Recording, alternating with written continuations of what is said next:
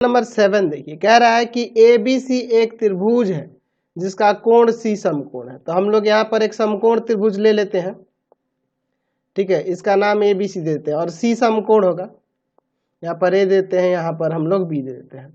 क्या कह रहा है कि कर्ण AB के मध्य बिंदु M, AB का मध्य बिंदु M है, M से होकर BC के समांतर एक रेखा खींची गई है, ठीक है ना जी। BC के समांतर खींची गई रेखा AC को कहाँ पे D पर प्रतिच्छेद करती है, या इसके समांतर खींचा गया है, ठीक है।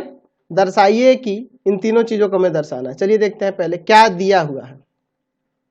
दिया है कि त्रिभुज ABC में एंगल C आपका 90 डिग्री क्या है, समकोण है। अच्छा, M AB का मध्य बिंदु है, AB का मध्य बिंदु है। M जो है AB का मध्य बिंदु ये दिया हुआ है, ये इसके बराबर हो जाएगा तब।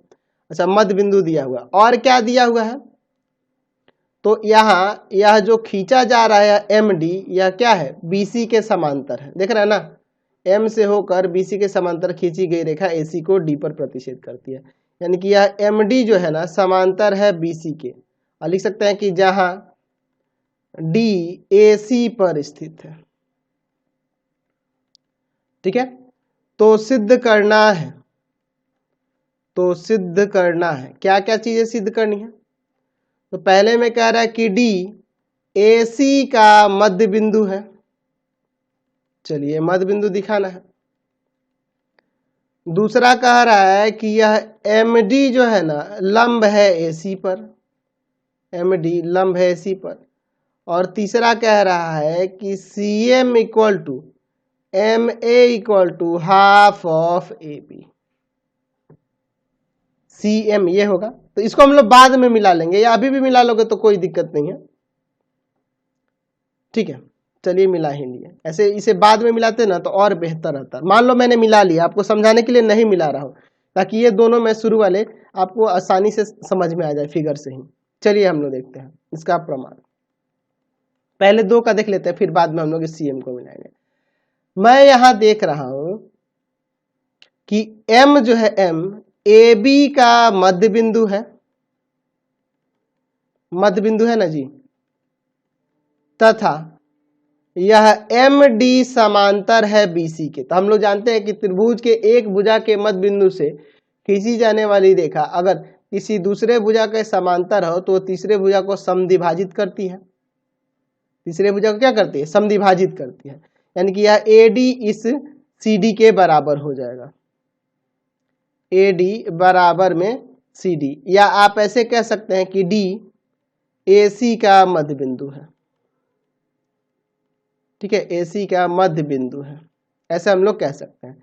ये कैसे होगा, तो लिख सकते हैं मध्य बिंदु प्रमेय के विलोम से, मध्य बिंदु प्रमेय के विलोम से यह हो जाएगा, ठीक है।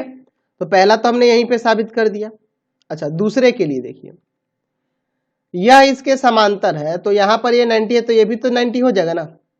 तो एंगल ADM बराबर में एंगल C होगा, दोनों 90-90 हो जाएंगे। क्यों, संगत कोण के युग्म है ना जी, ये आपका इसके समांतर है, इसके कारण हो रहा है संगत कोण के युग्म में। हम लोग देख रहे हैं कि यहाँ पर यह MD समांतर है BC के, तो इसलिए संगत कोण के युग्म एक दूसरे के बराबर होंगे, तो दोनों 90 हो गए। तो जब ये 90 होगा तो कह सकते हैं ना कि MD लंब है AC पर, कह सकते हैं ना MD लंब है AC पर। चलिए अब हम लोग तीसरे के लिए बात करते हैं। तो सबसे पहले हम लोग इस CM को मिला लेते हैं। अब देखिए मैं यहाँ इस CM को मिला लेता हूं, ठीक है। अब यहाँ पे हम लोग इसको समझते हैं। तीसरे में हमें दिखाना है कि ये जो CM है ना बराबर है MA के और हाफ ऑफ AB होगा। तो ये MA तो हाफ ऑफ AB हो जाएगा, क्योंकि ये AB का मध्य बिंदु है, इसलिए MA हाफ ऑफ AB हो जाएगा। अब अगर मैं यहाँ पे CM इक्वल टू यह AM दिखा दूं, MA दिखा दूं तो हमारा काम बन जाएगा, या CM MA के बराबर दिखा दूं तो हमारा काम बन जाएगा, ठीक है। चलिए हम लोग देखते हैं।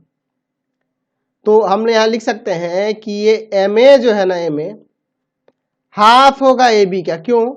क्योंकि एम ए बी का मध्य बिंदु है। इतना तो पहले लिख सकते हैं। अब देखिए इसके बाद, अब मैं इन दोनों त्रिभुजों को सर्वांगसम करूंगा। त्रिभुज क्या ले लेते हैं, ए एम डी तथा त्रिभुज सी एम डी में,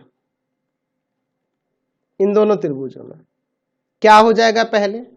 तो यहां पर हम लोग देख सकते हैं कि यह AD जो होगा ना, यह वाला इस CD के बराबर हो जाएगा।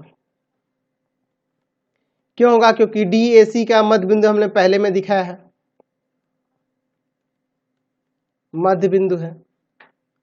अच्छा, दूसरा एंगल ADM बराबर में एंगल CDM, यह 90 है तो ये भी 90 होगा ना, प्रत्येक 90।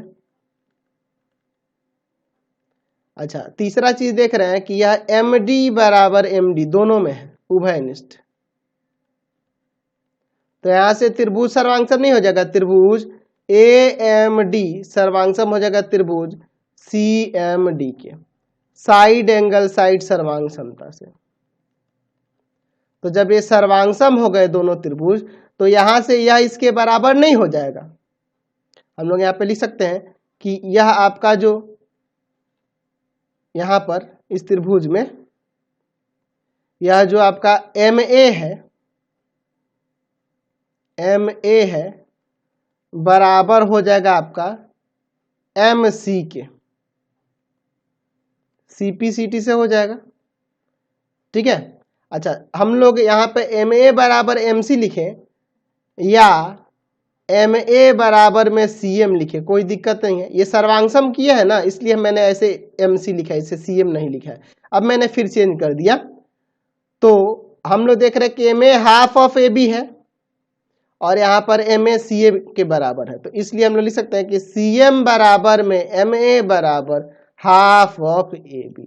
ये भी आपका प्रमाणित हो गया, समझ गया ना। तो यही हमें साबित करके दिखाना था। तो आपका एक्सरसाइज कंप्लीट हो गया पूरी तरह से। आपको हमारे 3 चैनलों को सब्सक्राइब करना होगा। पहला है path finder classes Chhapra, path finder classes Chhapra. दूसरा है भारती भवन रविकांत सर, और तीसरा चैनल है रविकांत सर के नाम से। तीनों चैनल को सब्सक्राइब कर लेंगे। इससे रिलेटेड वीडियो के लिए सीधे डिस्क्रिप्शन में जाएंगे और इससे रिलेटेड नोट्स के लिए गूगल पे जाकर सर्च करेंगे www.ravikantsir.in, और यहाँ पर जाकर आप सभी क्लासेस के नोट्स और उनके PDF को डाउनलोड कर सकते हैं और पढ़ भी सकते हैं।